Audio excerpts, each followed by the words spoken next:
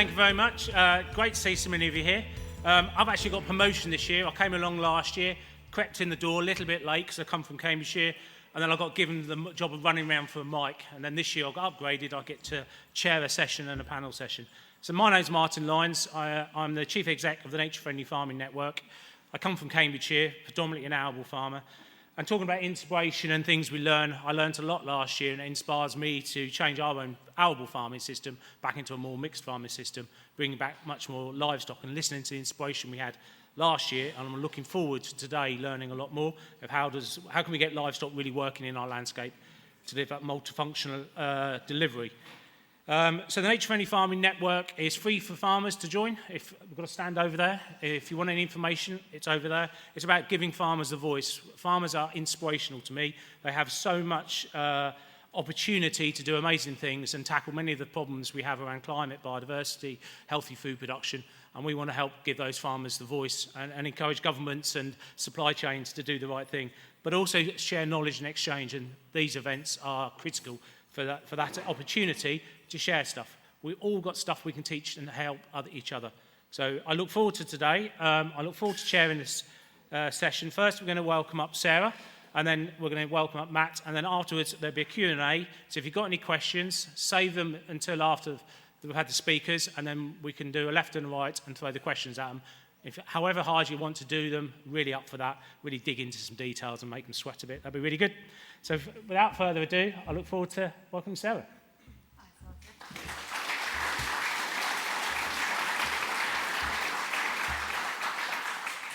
Morning.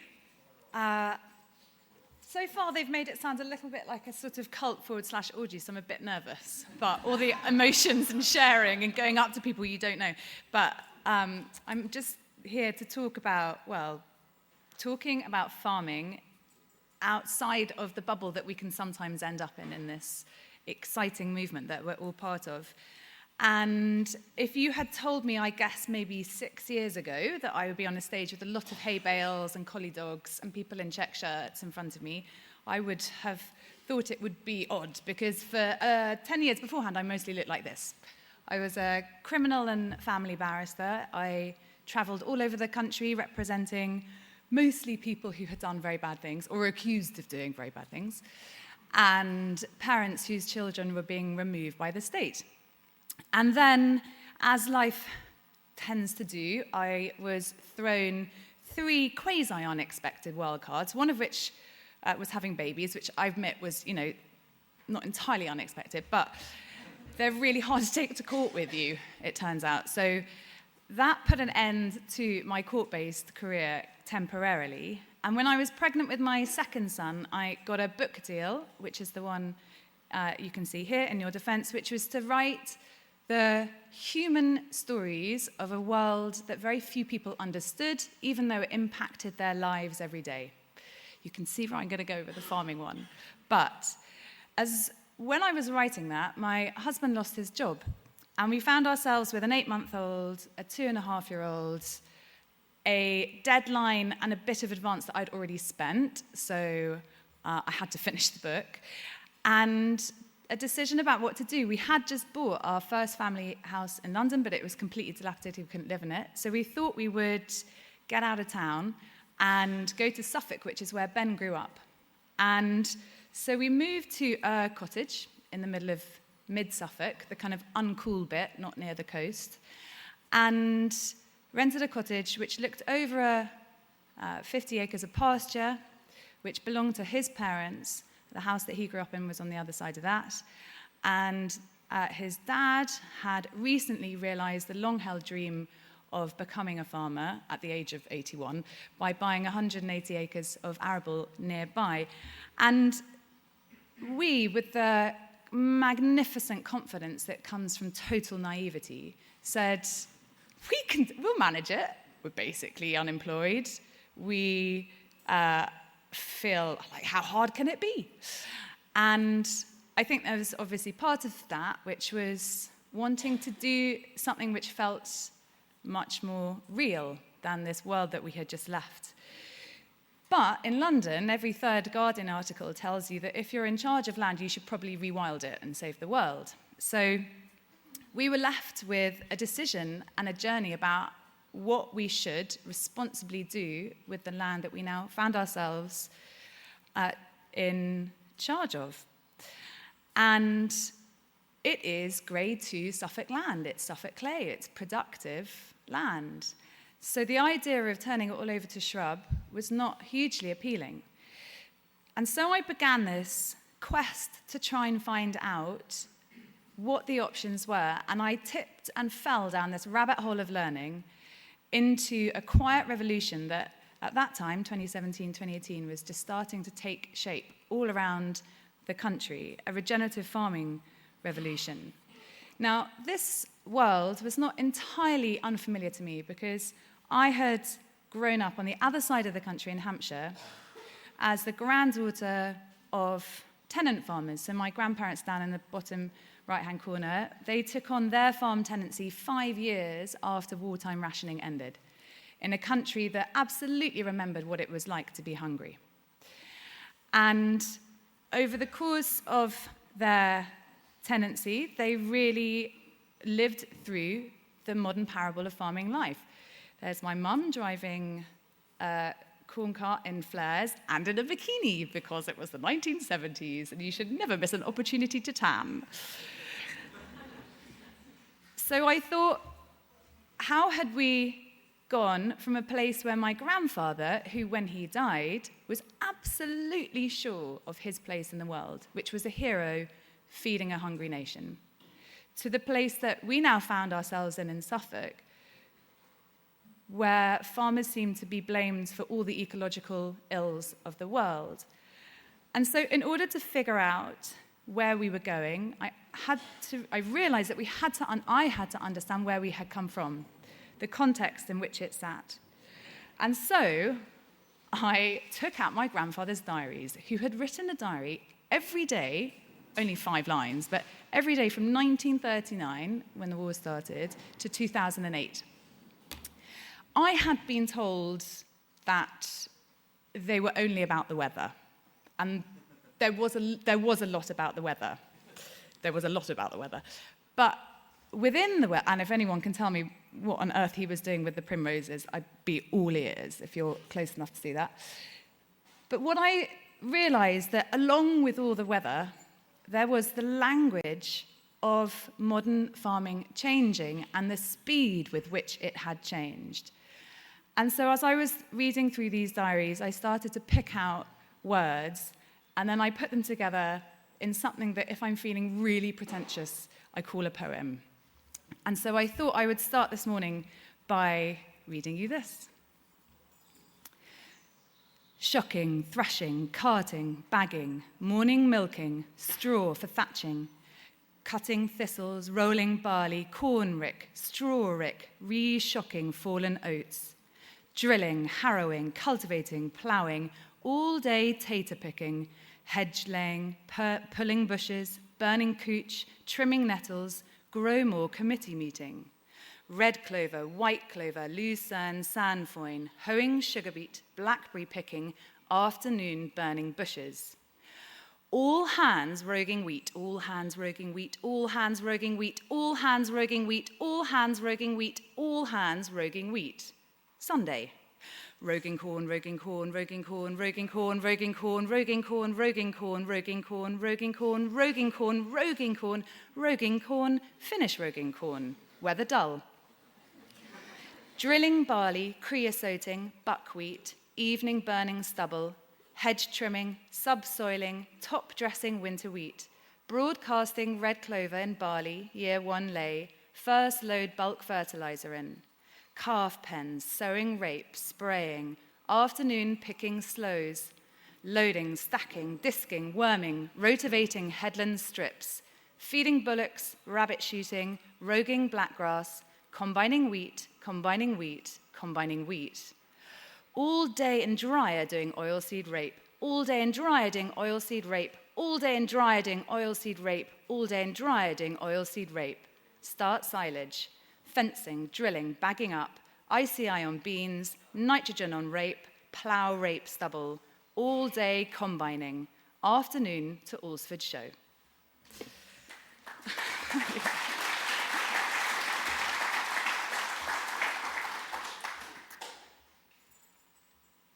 he was on an old-fashioned 3-generation tenancy, and so when my uncle was 23, he took on that tenancy, but in a world which was very different. In 1984, the consequences of intensive food production were starting to make themselves felt. A word that had never been heard by my grandfather in this context, the environment, began to crop up in policy papers. And soon enough, my uncle found himself being paid not to farm thanks to the wine lakes, grain mountains, and vast industrial overproduction. Unlike most farmers, rather than having the pub to complain about it in, he had a column for 25 years in Farmers Weekly where he complained about it. Here he is, looking large and ginger and angry.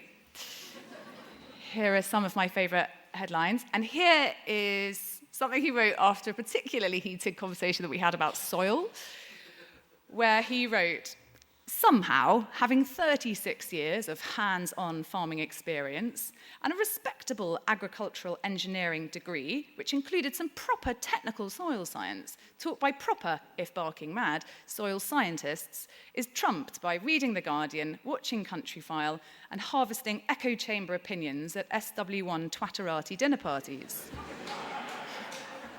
He's not totally wrong. And so I thought, who's right? And if my grandfather saw himself as the hero, and my uncle thinks that he is perceived as the villain, what is the next generation going to define themselves by? So I went to try and find out. And I discovered farmers, some first-generation farmers, some like Ollie here, whose own dad had sold his farm in the 90s because he had to, because he was dairy that had been taken out in the 90s, who'd found their way back to farming. And they couldn't afford to get into the kind of farming that they saw around them, large-scale intensive farming. Hello? Not for me, no. And I found farmers who were working with nature-based solutions which were making them more money because the money that they made with the produce they sold went into their own pocket and not Bayer's. I saw how farms were integrating livestock back into their rotations, not just in the way that I saw in the fields around me, but through mob grazing, through pasture poultry. And I saw people experimenting with things like pasture cropping, welding. My friend Ginge in the hat, who took the motor from a windscreen wiper to weld on the machine to try out pasture cropping in his field. And I realized that this job, which is so undervalued, without which none of us would have any food, was not only an intellectual job, but a highly creative and adaptive job. And I don't think that many people outside that world understood that. So the other unexpected part of this journey was that it changed the way that I saw. That's our hedge. Once I would have looked at that hedge and thought that it was nice and tidy. Now I look at it and I see all the winter bird food that's been cut off it, all the caterpillar eggs, butterfly eggs that have been cut off it that will no longer hatch. I see a flat top, which means that anything that nests in there is vulnerable to predators. I no longer look at the wheat field in the top right-hand corner and think that it looks nice and tidy. I think how bare it looks. And I think, when I look at those two pictures in the middle, how obvious it is that what we are doing to the soil has made it, despite all the fertilizers we were using and sprays, so depleted that it couldn't even grow anything in a large swathe of the headland. And I look at the tree, the oak, the old oak, in the middle of the field, and rather than thinking, that's nice they left an oak there, I think, once there would have been a hedge which joined it all up because it ran along old Bronze Age lines. And so we started trying to integrate some of the things we'd learned into our own farm, replanting the hedges, being paid by public money, which however many decades earlier had used public money to have them taken out. We started integrating livestock back into our rotation. Those are some red poll cattle. It's my youngest son trying to plan out a hedge. And I also started realizing that so many of these methods and so much of this philosophy was all old news.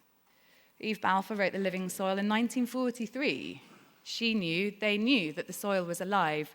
We just forgot it because we hadn't needed to remember. And that applied to the flowers that I saw coming up, all of which my grandmother would have taught me the names of. And I hadn't remembered because I hadn't needed to. And because I hadn't needed to, I stopped being able to see they were even there. It also changed how we interacted and what we saw. So here are my quite feral, admittedly, kids looking for dung beetles. I promise they washed their hands afterwards, I think. And a really awful failed pasture cropping experiment that we did because the crimson clover was too high and it subsumed it. But down there on the bottom right-hand side, on the left is, on the right where the circle is a wheat root where I realized that the clover root had basically welded itself onto the wheat root, and the nodule was pink, so it was fixing nitrogen. The two plants wanted to work together. And I realized how fast this recovery happens if you let it. Like a farmer friend of mine who calls it crikey farming because he keeps going, crikey, I didn't expect that. But I also realized that it wasn't necessarily just about the recovery of our land, which had been intensively farmed for multiple decades because it was owned by a company, not a person beforehand, so they just cared about the BPS check and not about the natural capital of it. I realized also that it began to connect all the people around us. So this chair belongs to Mr. Pink, who lives in the cottage at the bottom of that lane. Mr. Pink has been on his way to meet his maker, as he describes it, for some time. And that headland is after oilseed rape came off it. Nothing really grew, so we planted a massive L of winter bird food. And Mr. Pink, to begin with, just came up with himself and his dog. But over the last year, now comes up with his daughter and 2 pairs of binoculars, and they sit there together and watch all the bird life which has now returned to it. I get people in the village who stop me, and it is usually the woman who tells me that she thinks our land smells different, which I can't think of a better compliment, genuinely, than that. It changed how everyone else saw our land as well as us. And so, when my literary agent, who is so urban that she says that when she leaves London, she puts her head out of the train window to try and get the last bit of smog before she goes to the clean air, she was extremely keen on me writing a very lucrative best-selling crime fiction series, which I had begun. And then I had to sit her down and break it to her that I didn't want to write about people being murdered. I wanted to write about this world that I had found myself in, which was so much more than how we produce our food. And to begin with, she literally held her arms up in a cross and said, absolutely no way, that is so boring. No one's going to read that. And I said, but the thing is, Nell, it's not just about what's on our plates. It's about how we solve these vast polycrises, climate change, mental health, physical health, a community fragmentation. Farming has the possibility, the potential to solve so many of these, whilst enabling our own relationship with land to heal in the process. So I wore her down, and she let me write Rooted. And I thought I would end by, I guess, giving you a very brief reading, which summarizes the point in the book that I wanted to make to all of the people who might never set foot in a field, to all of the people who might pick it up because of the cover or because it was a memoir, rather than the fact that they were farmers.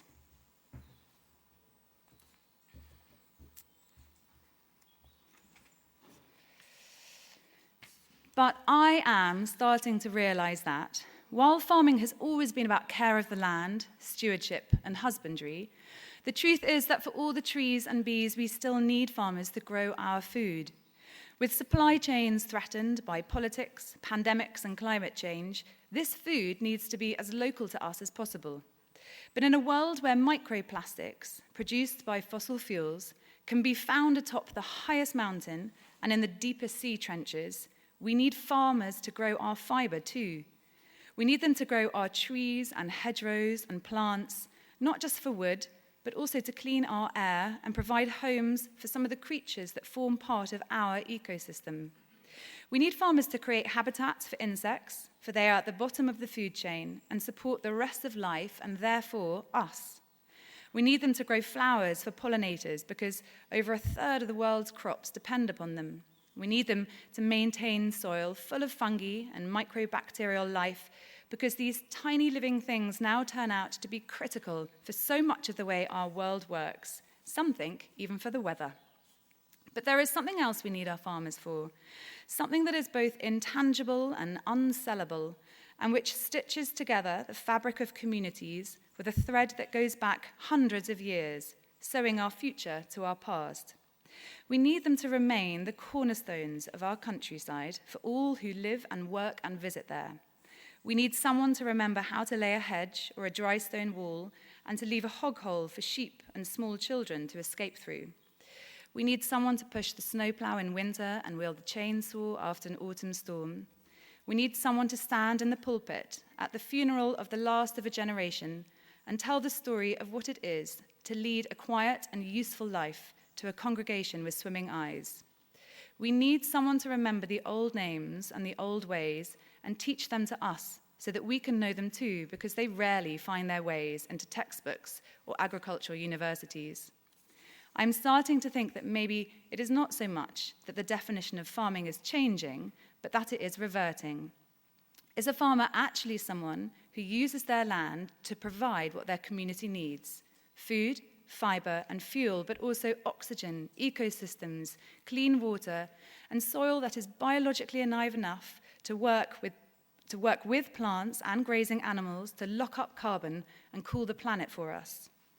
And is a farmer not also someone who can care for the land so that those who are able might leave the grey concrete of the city behind for a moment, stand on a hillside, and feel their hearts tighten as they remember that the world, and much within it, is truly extraordinary?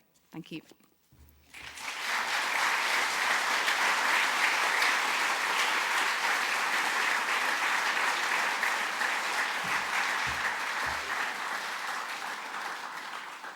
Thank you very much, Sarah.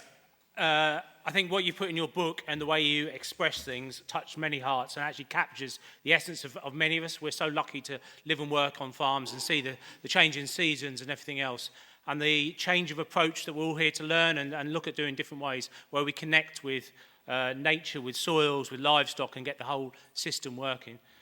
So next we're going to introduce Matt and hear a bit more about his story, and so over to you. Thank you. Lovely.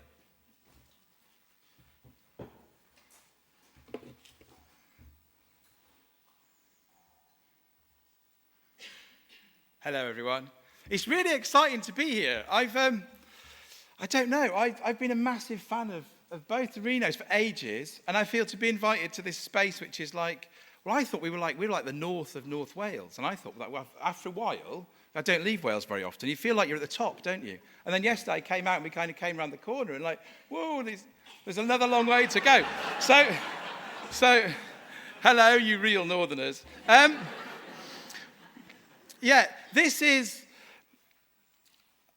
us. So we're a small 80-acre farm between the mountains and the sea in northwest Wales. And we've been there for 11 years. And we kind of feel like we've just landed at the right place in the right time. It's a bit like being here, isn't it? Like, I feel like it's a really exciting time to be alive. Like, I think we're at the point of like a really crucial point in the history of humanity. And I feel like we're in, particularly farmers, we're in this really capable, kind of honoured place to be able to do something about some of the problems in the world. Anyway, so this is us. And we're on a mission. We kind of came with a question. So we kind of set out, we kind of came to North Wales to grow babies and cabbages, and I wanted to learn every bird's nest. But actually, we also really wanted to be farmers. And we had this question of, is it possible to buy a small farm on a mortgage, to make it pay its way through producing real nutrient-dense food, and at the same time to build soil, to build biodiversity, to build social capital, and I think most importantly, to enjoy it. And I think somehow that always gets missed off the end of that little regenerative little little point set. And if we can do that, that's great for us. But actually, if we can convince other people that you can do that, that's hopefully quite powerful. Because actually, I think believing that humans can be useful and beneficial in an ecosystem is absolutely crucial to the future of everything. And so that question has been kind of a kind of core part of that. And I think,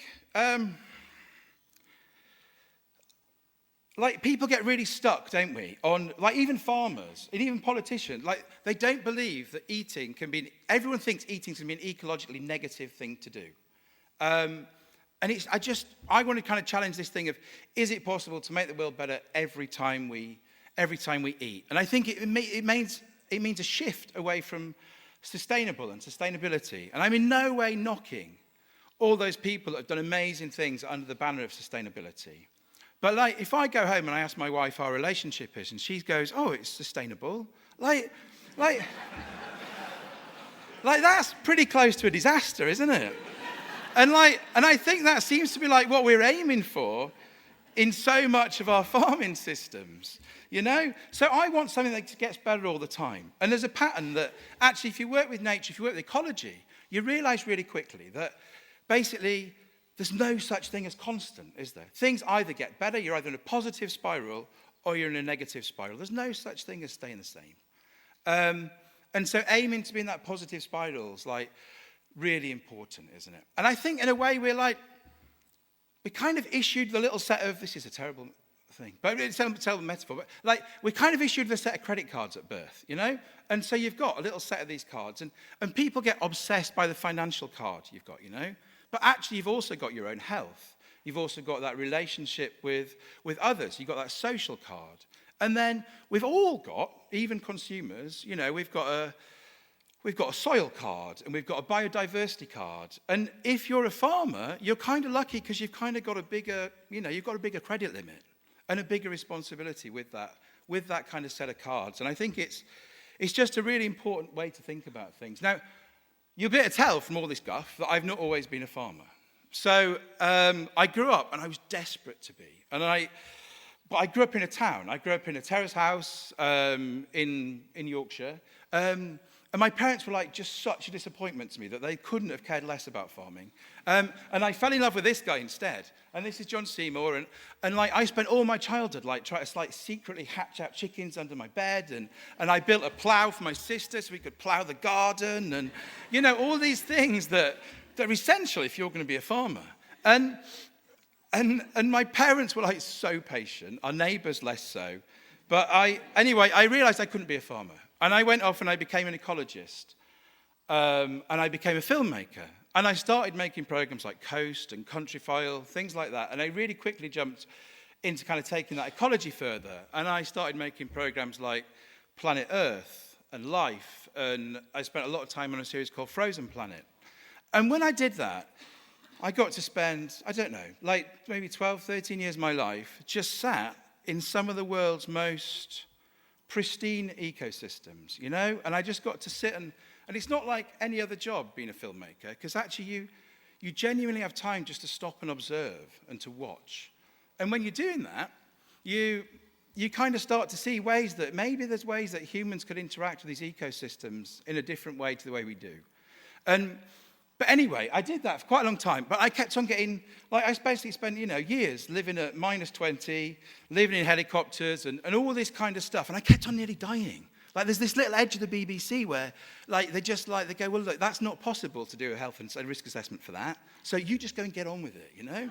And I got to this point, and I was buying, like, bits of shotguns behind supermarkets in Canada, and I was, like, nearly killed so many times by polar bears, I can't tell you, and all these things. And every time it happened, I'd phone my now wife, Jenny, and I'd be like, I nearly died today. And she'd be like, well, that's stupid. I don't want to go out with somebody who's nearly died. And I'm like, and all I wanted was like a little hug, you know, and be told it's all right.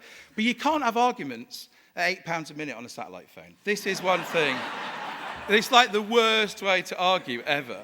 And so I realized we had to become more domesticated. And so we came home, And we quit the BBC, and we went round Wales. We'd fallen in love with Wales. And we went around Wales looking for someone. We kind of wanted, like 6 acres and 3 walls. And that's kind of what we could afford. And then we found Henbant, and we, fell completely in love with this place. But then, luckily, we met this guy in a pub in Bristol. And we didn't have any money, really. And he was like, I tell you what, I'm really good at borrowing money. So you seem like you're quite... you seem like you're quite excited people. You seem like you're reasonably clever. You just tell me how much you want, and I'll do the talking, but we'll just work it out. And so we did. And so all of a sudden, we'd gone from having 2 reasonable jobs, 2 reasonable salaries, to having a massive debt and 80 acres of this little corner of Wales. And becoming a farmer is a really interesting career choice, isn't it? Because it's got some of the highest rates of suicide. It's got some of the lowest rates of pay. It can be one of the loneliest jobs ever. So we had to come in with this kind of fresh mindset. And actually, I was so lucky, I finally realized to have a dad who didn't have a clue about farming. Because all of a sudden, we could make up our own rules as we went along. And that was really using the fact that we were ecologists. And where ecology meets farming, at least it's what I used to think, is where you kind of get permaculture. And it's all sorts of different things to different people. But to me, it's all about just looking at pattern language and looking at natural patterns. And if you think about a woodland, there's a huge cycle of life, isn't there, that goes on within a woodland. But yeah, it's got tiny inputs, It's got a bit of rain, it's got a bit of bird poo, it's got a bit of volcanic dust every 5 years, But for that, there's a huge amount of life that takes place. And so I just love the idea of applying that to a human kind of centric ecosystem, to a farm. And I got a bit obsessed by this saying, right? So the only limit to a farmer's productivity is the farmer's imagination, right? That is a really dangerous phrase to take on a farm. And really quickly, we realized why conventional's conventional. There's a reason people do things the way they do. And we were very close to getting our knickers in this big kind of, polycultural, multi-layered twist. And then I realized it's all about decision-making, isn't it? And I think the biggest barrier to that more beautiful world that we all know can exist is just good decision-making. And I was lucky enough then that I got into holistic decision-making. And I'm not going to go into this, but really simply, it's all just about working out what you really, really want out of life and then making it come true. And so, you work out what you really want, you work out where you are, you make decisions that take you there, and then the good bit about holistic decision-making is it comes from a military background, and it's all about when things always in nature, they're always trying to self-correct, aren't they? They're always trying to fix themselves. It's a bit like trying to have a conference of farmers and try to tell them where to be and when to be and, where to get a cup of tea from. They just make it up all themselves as you go along, and all you can do is just kind of course correct. And that's what holistic decision-making is, and we found it really powerful. So with that, looking at ecological patterns, with that holistic decision-making, where do you end up? Well, you end up going back to those core patterns, don't you? And to us, with a farm, that core pattern really is that savanna ecosystem. I'm not going to go into this because you all know loads about this, but that kind of core idea of, you've got 20, 30% tree canopy cover, you've got grass that gets to really, really express itself, and then a couple of times a year, maybe once, twice, it gets really hit hard by a big dense herd of ruminants, right? So that pattern's kind of core. But, that looks a bit kind of hot and sweaty, doesn't it, for Wales and maybe for Cumbria. So we've got a kind of different thing going on. We used to have these big mosaic woodlands, that were big patchy areas. And I think if you went back in time, if you go back 4,000 years, 10,000 years, I don't really know, but something like that, that would have been the place to hang out, is that woodland edge, and it's the place where you get the fruit and you get the bramble and the nut and the apple and the pear, you get all these things and you get all the fungi in these spaces. It's the place to be. And so, from having no real kind of thing saying you can and can't, then we decided to create as much of that as possible across the whole farm. And this is actually a slightly out-of-date map, but what we've done is we've taken the kind of core part of our main grazing pasture, and we've divided that up into about 42 day-sized grazing units. And that's all done so on our poorer land, it's divided up with like things for browse or things for biomass. We've got wood chip stuff, we've got stuff for browse, and then our better land, we've got stuff that's, well, this is quite an old picture now, but we've got stuff with fruit and nuts and things like that and kind of sub-story layers. And it just gives us this amazing structure for the whole farm.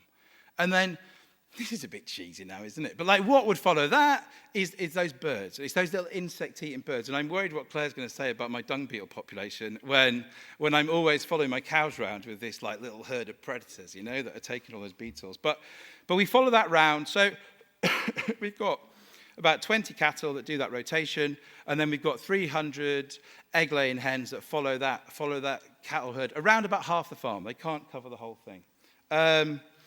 And they get organic food. We move Monday, Wednesday, Friday, and it's a really solid part of the farm, actually. We're really keen on feeding our community.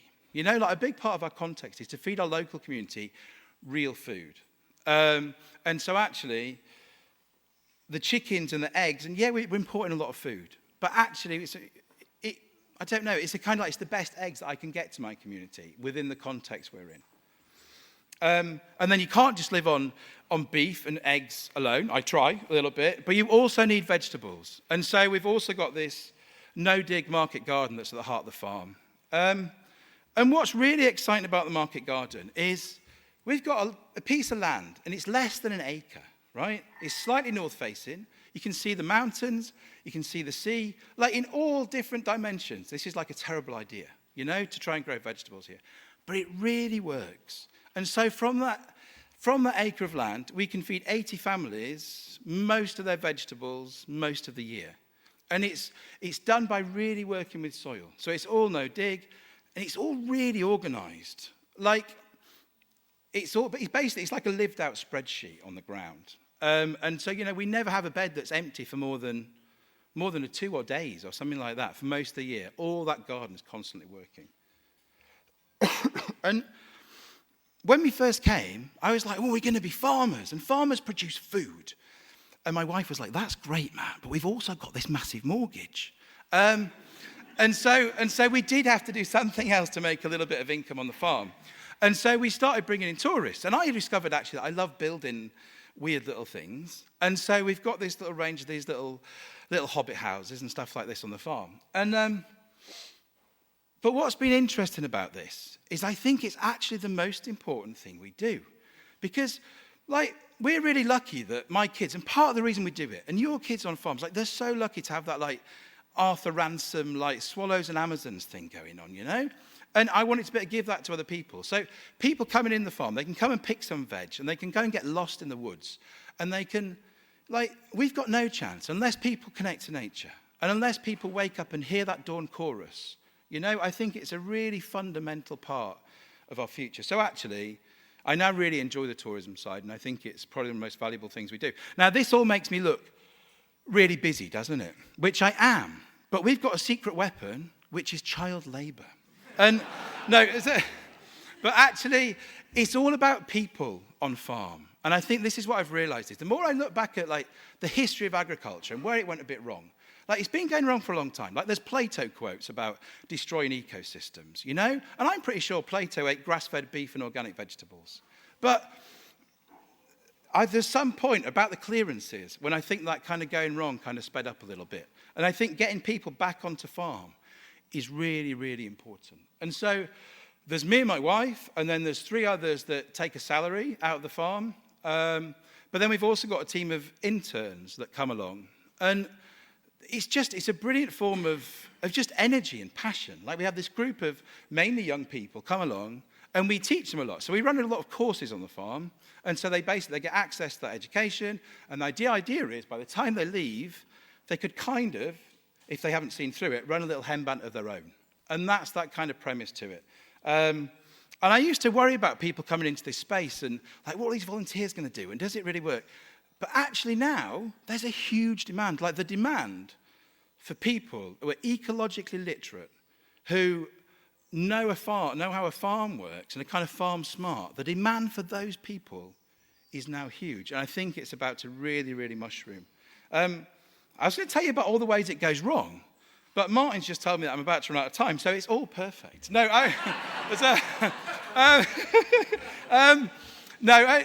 it's not all worked all the time, but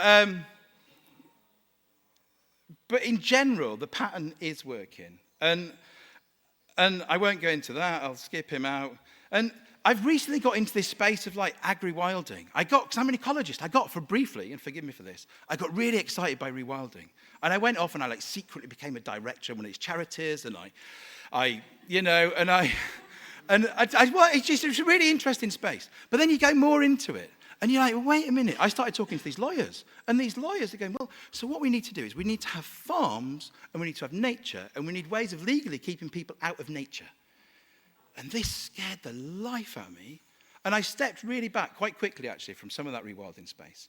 And I'm not going to go into it. But I've got a little thing about, like, basically, it's going to be fine. Because actually what we can do is I know from our farm that you can have these little scruffy woodland glade-based systems that can produce far more food than our farm would have ever done before. And it can do so in a way that has people in it, in a way that provides just better food than it ever has. It's all super possible. And the one thing that makes me really excited is I think it's really easy for other people to do the same thing. And like, we're a nation. We're good at growing grass, right? We're not perfect. And I know we all know that there's quite a lot of them getting it quite wrong. But like, we're pretty good at it. And we know what a cow is supposed to look like. And we've got rural, almost functional communities. And I just think, like, we're only a few tweaks away from having a system where humans can genuinely be a positive part of an ecosystem again. And that's what I'm excited about. Thank you very much.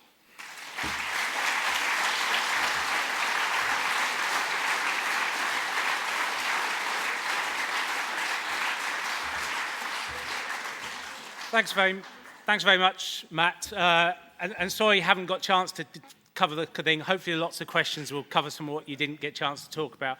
My takeaway bit was it makes the farm look more complicated, but engaging people into what we do and the community, what we can do is so much better.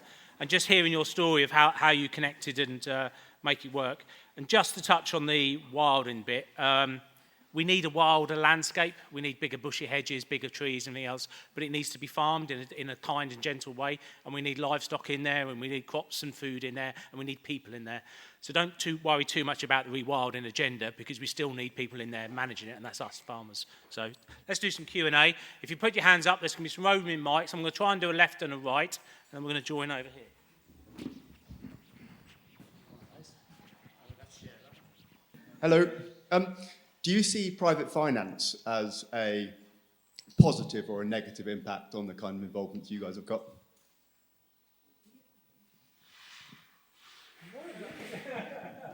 I think it's not only positive, I think it's going to be essential. I'm in a steering committee for a local cluster group that I've just set up in our part of the world, which has got a real mix of people on it.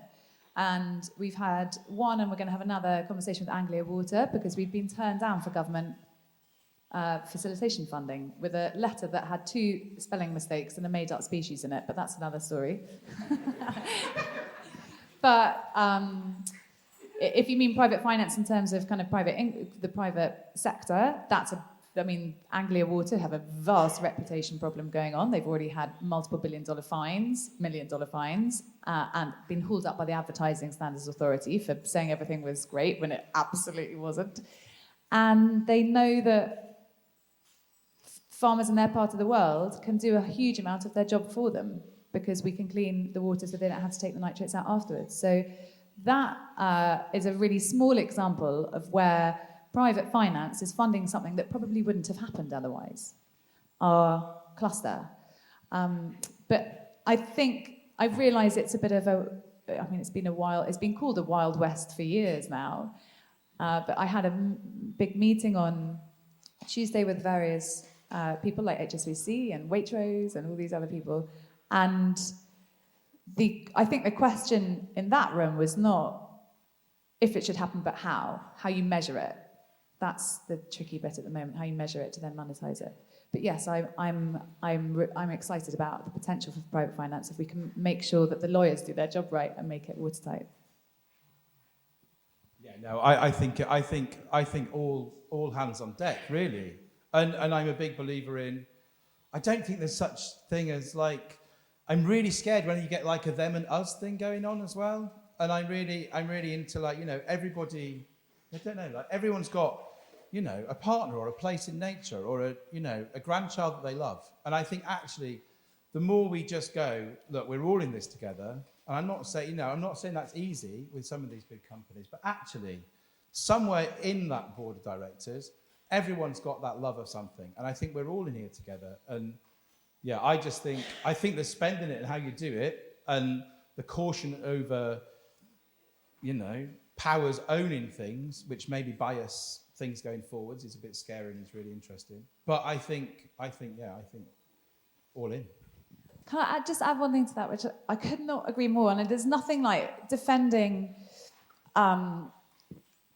really awful people for 10 years to teach you that it's not just this. It's not as simple as villains and heroes. Of course, it's not. And I think I could not agree more with the way that you reach people is through the connection that they will have at some point in their life, even if it's back to their childhood, with this world and trigger that part of them. I mean, I met the sustainability officer for Nestle the other day. He used to work for Fairtrade. I mean, that's his background. It's so just because he's been given this badge, which has got so many negative connotations to him, doesn't make him who he is. And that, I think, is going to be the kind of gateway into this.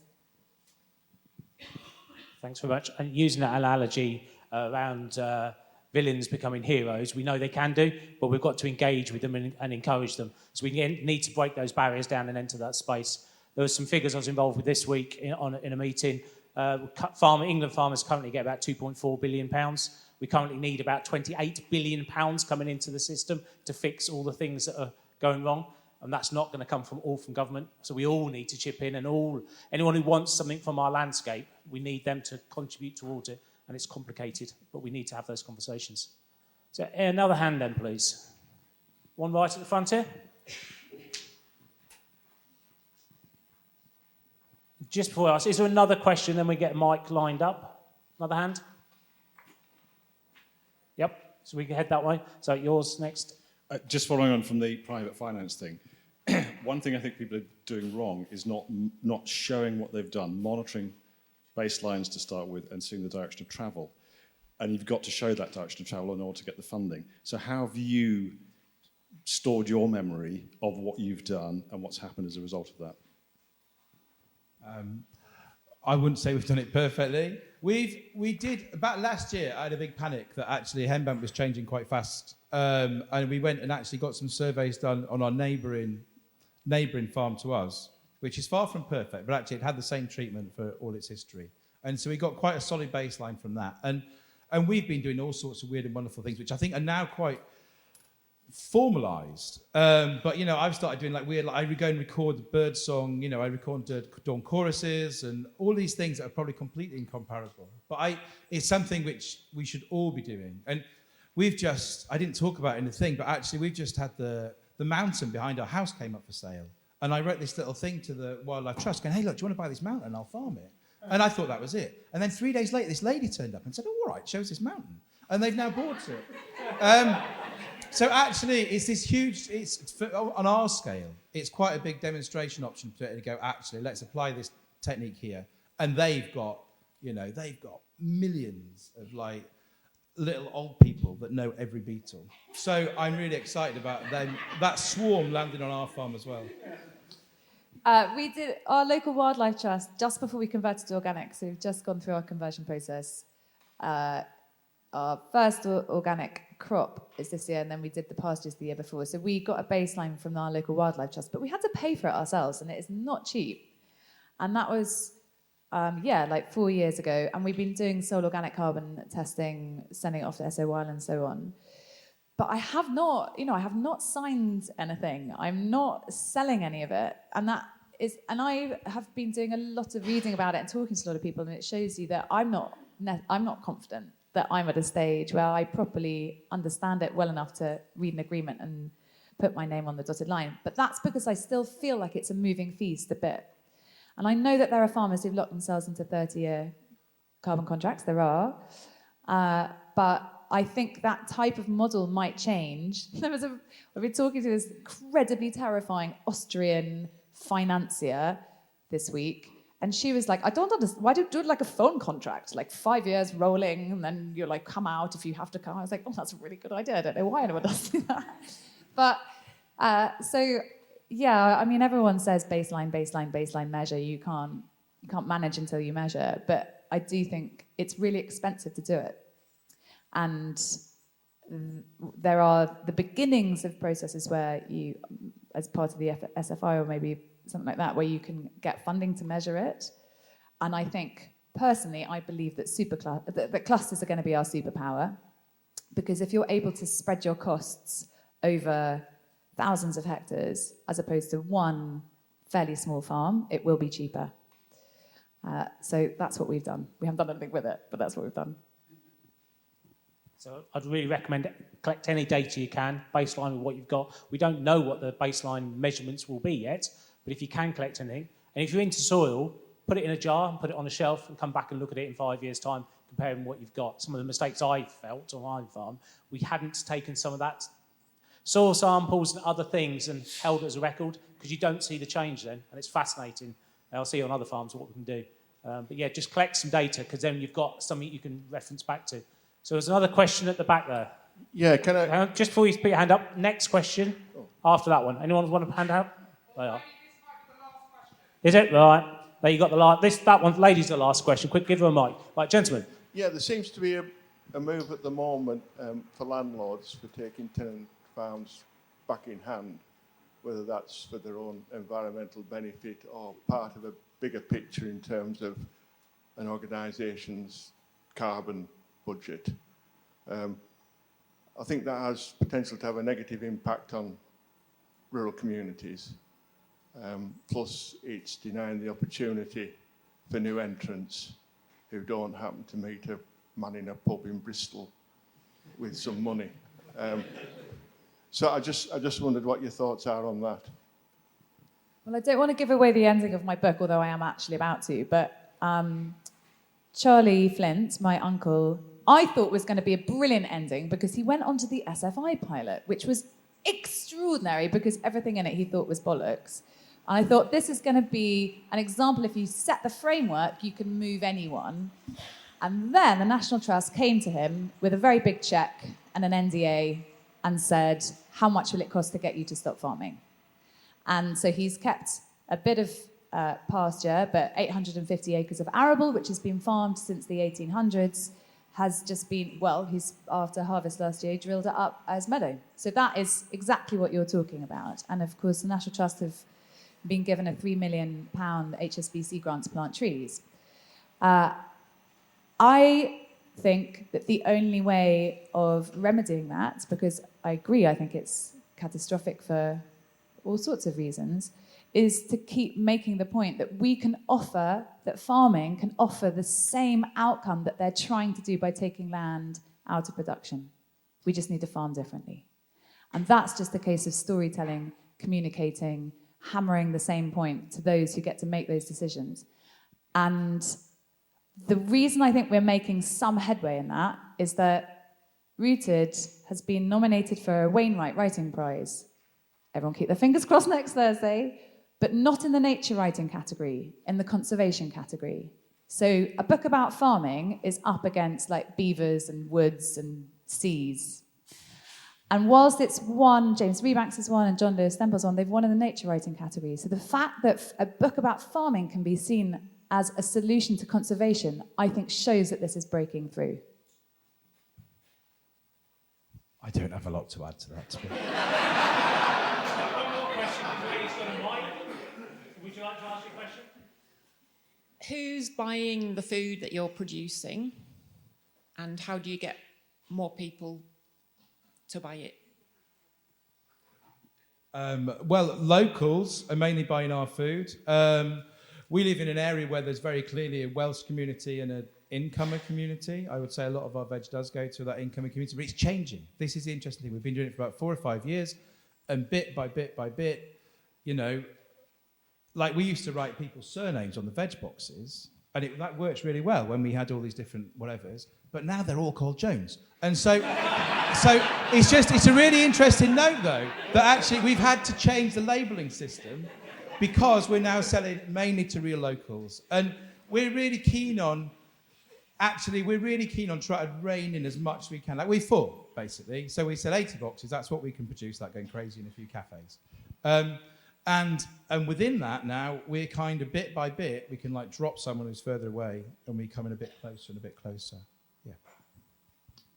As for us, we did a double conversion. So we've converted the land, but we've also converted the man who's been farming that land for many decades. And so far, land easier, but it's given me a really good insight into some of the succession issues that lots of my farming childhood friends have.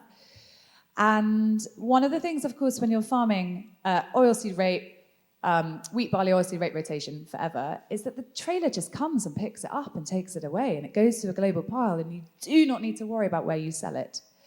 And so for the hand-holding kind of process of conversion, we've used a grain trader called Organic Arable, and they do the same thing, but with organics.